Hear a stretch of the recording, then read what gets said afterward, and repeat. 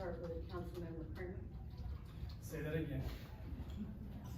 The ask is to poll the council, looking for a consensus, directing the city manager or city attorney to identify if pausing or suspending the fluoridation of city water is within the authority of this council.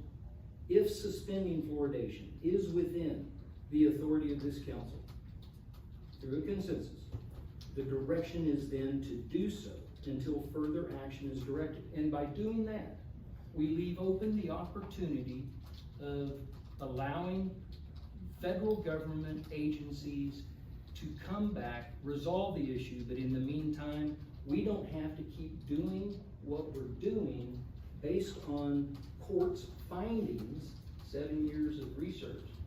We can best protect the most vulnerable in our community. So that's the ask. We're not saying withdraw it and get rid of the program entirely. That may be what happens over time, but right now let's do the right thing and pause it, suspend it. There's other ways to get fluoride. And second, Mr. Attorney or City Manager, would you, one of you be able to, we're gonna ask you that question, and then you be able to answer that now, or do you have to go do something? I did a what, Mayor? Yes, Mr. McCollum. Florida doesn't mandate the use of fluoride, it's fully discretionary, up to the cities and counties on whether or not to use it. You can do it by resolution, you can do it by ordinance, you can do it by referendum, if you wanna leave it up to the will of the people.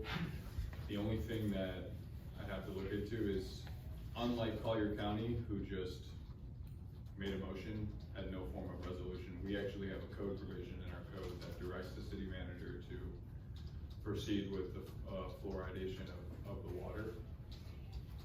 Can you do it? Yes, it's fully discretionary.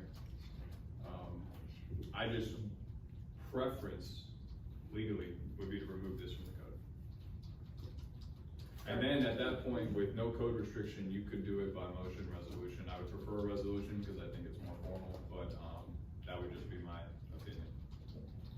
Then I'm saying yes to what you said because based on what he said, okay? Thank you. Councilmember Petronoff. I guess what are we saying? What are we saying? We want to suspend it. You're saying you want to suspend it now. You're saying you want to suspend it after or pause it now.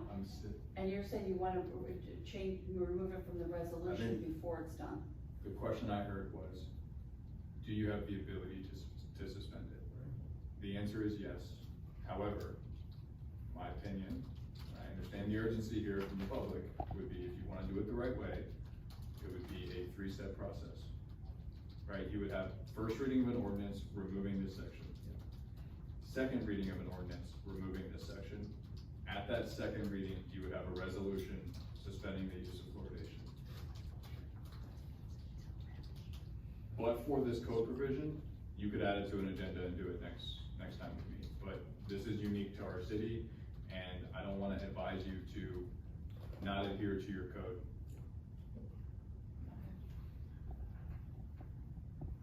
Then I would say no. I would like to keep it in until we can get a formal discussion on this with experts in the room, and just like we did back in 2011. And I will say yes, because from 2011, the data, the information, the study, and the lawsuit is more evidence than I need. I sat here, it was not a circus, but it really was them against us in the room. We've all been there, where one side comes, the other side comes. And I'll go back to Councilmember Barton is, why are we doing this? Why? And that's the basis I'm going on at this point in time, because evidence has changed. Councilmember